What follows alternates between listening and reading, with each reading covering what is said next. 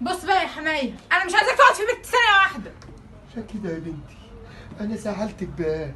ده انا يا بنتي واقف جنبك في كل حاجه، قبل ما بتقولي على الحاجه بجيبها.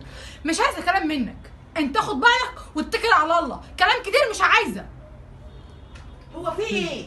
آه. ايه الصوت العالي ده؟ في ايه؟ الراجل ده ما يقعدش في بيتي ثانيه واحده، ده بيتي. ليه يا بنتي؟ انا مش حابه يقعد عندي. لا غلط. انا يا بنتي انا ما ربيتكيش على كده، ده ابو جوزك، وزي ما بتحب جوزك لازم تحب اللي منه.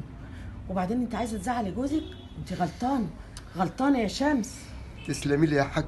لا اوعي تعملي كده، ده مندو بيحبك، مالكيش بركه الا هو. ده راجل كبير وبكره تكبري واللي هتعمليه هيتعمل فيكي. اعتذري له. انا اسفه. خلاص يا بنتي وانا مسامحك.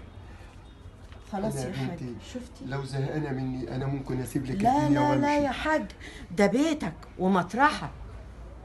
روحي اعملي له لقمه ياكلها وحاجه يشربها. اوعى تزعلي مني، ما تزعليش مني يا بنتي.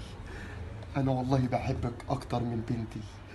انت انسانه، بس بلاش تعامليني عشان مش عايز اكرهك لاني بحبك. شفتي؟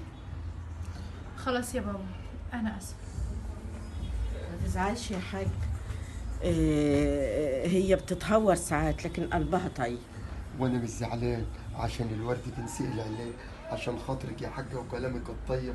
انا مش زعلان، وربنا يهديها ويصلح حالها ويسعد قلبها، وربنا يخليكي واشوفك كده ان شاء الله على جبل عرفات بعد ان شاء الله إذنك. يسمع منك ربنا. اللهم امين يا رب. اروح بقى اعمل لك كوبايه قهوه حلوه من اللي خيرك. بتحبها.